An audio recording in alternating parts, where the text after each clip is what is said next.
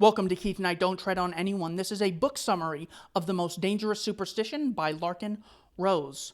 Page 3. The belief in authority, which includes all belief in government, is irrational and self-contradictory. It is contrary to civilization and morality and constitutes the most dangerous, destructive superstition that has ever existed. Rather than being a force for order and justice, the belief in authority is the arch enemy of humanity. So, as far as government goes, we're not talking about a group of people coming together. We're not talking about schools or roads or defense. What makes government a unique institution is it makes laws and imposes obligations on other people they do not consent to. That is what makes government a unique institution. Mark Passio, in response to what authority is, he says, the religion of authority is based upon the illusion and falsehood that some are masters who may set arbitrary dictates which are not based in morality and enforced by violence, while others are slaves who have a moral obligation to obey the arbitrary dictates set by the masters. So we're not talking about, here are the rules for my body, and if you don't treat me this way, I'm going to not spend time with you. We're not talking about people who have rules in their house. We're not talking about people who sell things out of their house or their property called a business. We're talking about individuals who initiate aggression, physical, uninvited, coercive interference with the peaceful interactions of other humans. That is what the belief in authority is. That's not my opinion of what it is. That is what it is. And this is a falsehood. It does not exist in reality. It is an illusion. It is a mental construct of an imbalanced mind and an imbalanced psyche.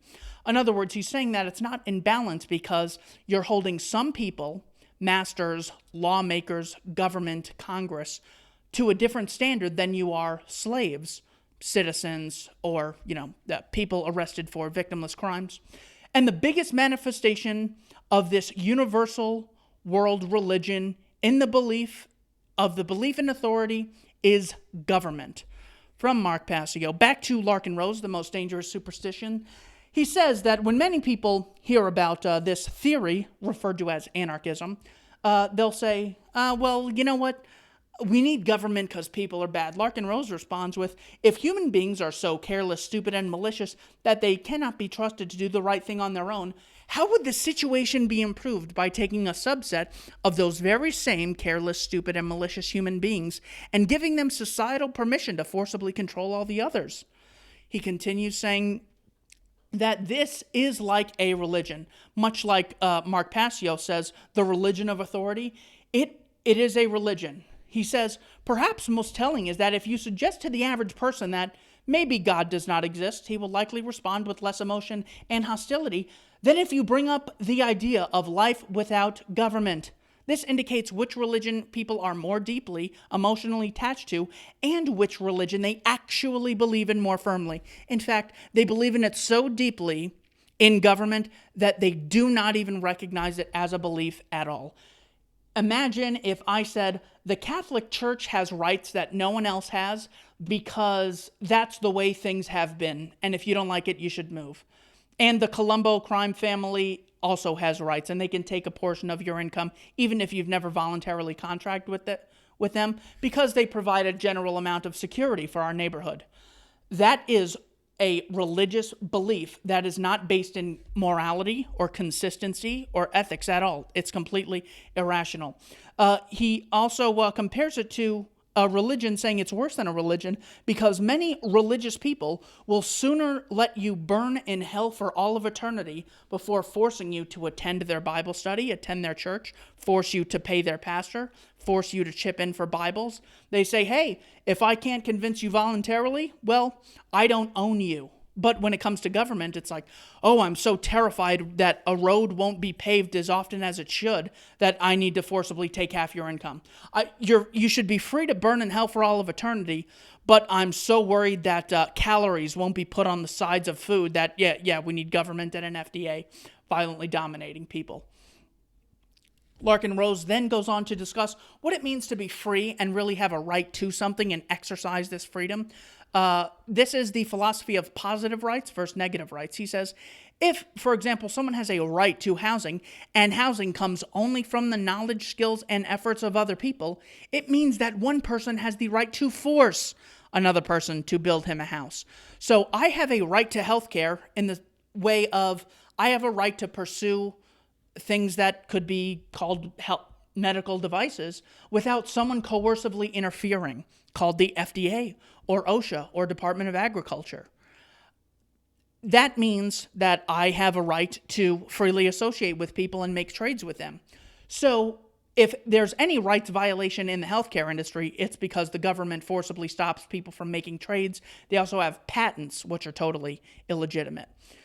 As far as saying I have a right to healthcare, that only comes about because doctors exist, because people manufacture things. So if I have a right to something, that means I have a right to forcibly take your property so long as I use a percentage of the stolen property to pursue healthcare. If I have a right to education, I can take your laptop so long as I use it to do research because, I'm just exercising my rights. Positive rights, totally immoral. Negative rights, only morally justified position. He then goes on to discuss left versus right political views, or big government versus small government advocates. He refers to them as statists. This is a belief that government has legitimate authority.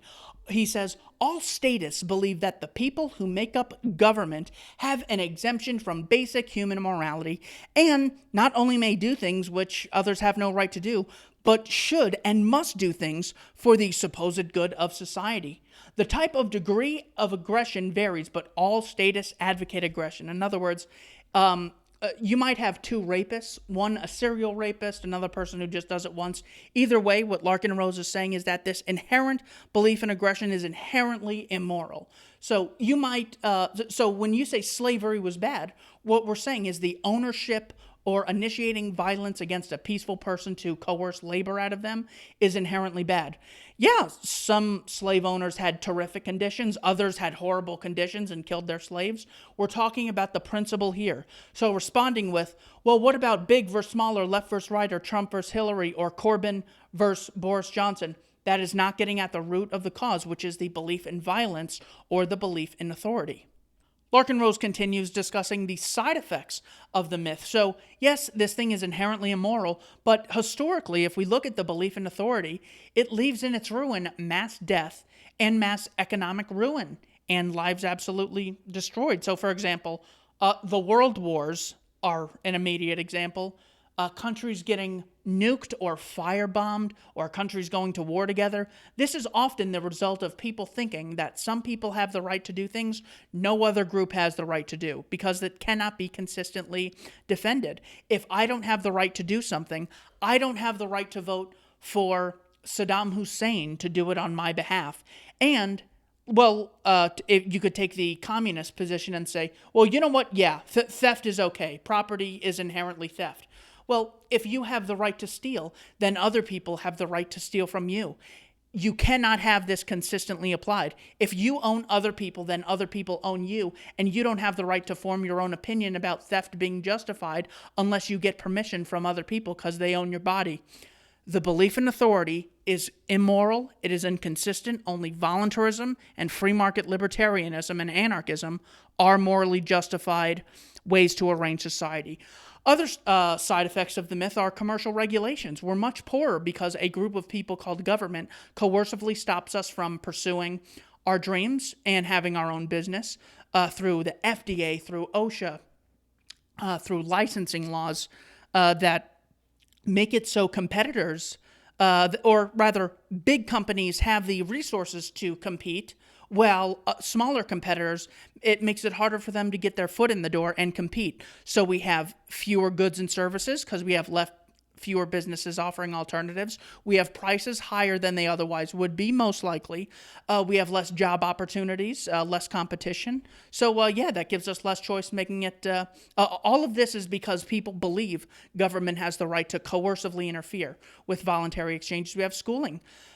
When you're forced to fund something and your kids are forced to attend it, this thing is not going to improve. So when it turns out, the American people have, and people across the world, really have trouble using logic and thinking clearly and knowing about history, philosophy, morality. After 12 years, they don't have a lot of this info. Well, that's what we'd expect. We also have truancy laws, which separate children from their parents, which I guess is something that became bad in the year 2017 and will go back to being okay once Kamala Harris is doing it. We also have the drug war, people getting kidnapped for victimless crimes. We have SWAT raids. I just met a guy at University Club who had his house swatted while he was out of town because he was suspected on selling Bitcoin in exchange for cash without a license.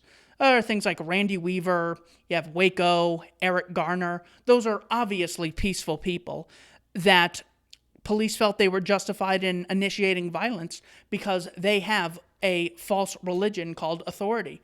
It's okay because this group called the Congress Group said, well, we can do it.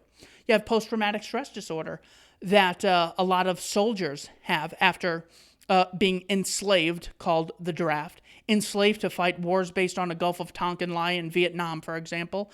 I met a guy who was 100, I think it was 100 years old, and he was crying to me about how he killed a Japanese fighter pilot in the Second Great War. He says he can see his face today, and he cries thinking about him because that guy could have gone on to have children, and he was just sort of a poor guy like him who was just drafted and not there because they wanted to, but because other people believed in authority. He didn't make the final point about authority, but you get the point.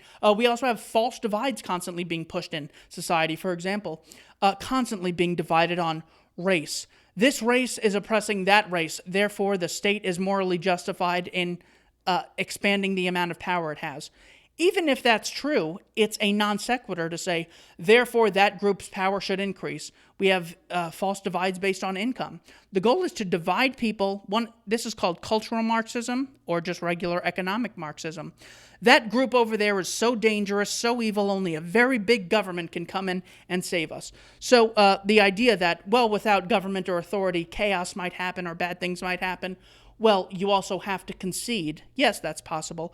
But under government, bad things always happen. So the existence of bad things does not justify a state or authority. Larkin Rose ends the book saying, in summary, to quickly review, people cannot delegate rights they do not have, which makes it impossible for anyone to acquire the right to rule authority. If I don't have X, I cannot give you X. If I don't have the right to make laws that apply to peaceful people interacting, I don't have the right to vote for Doug Ducey to do it on my behalf. People cannot alter morality, which makes the laws of government devoid of any inherent authority. Ergo, authority, the right to rule, cannot logically exist. Thank you for watching Keith Knight, Don't Tread on Anyone. Please visit Larkin Rose at therosechannel.com, link in the description.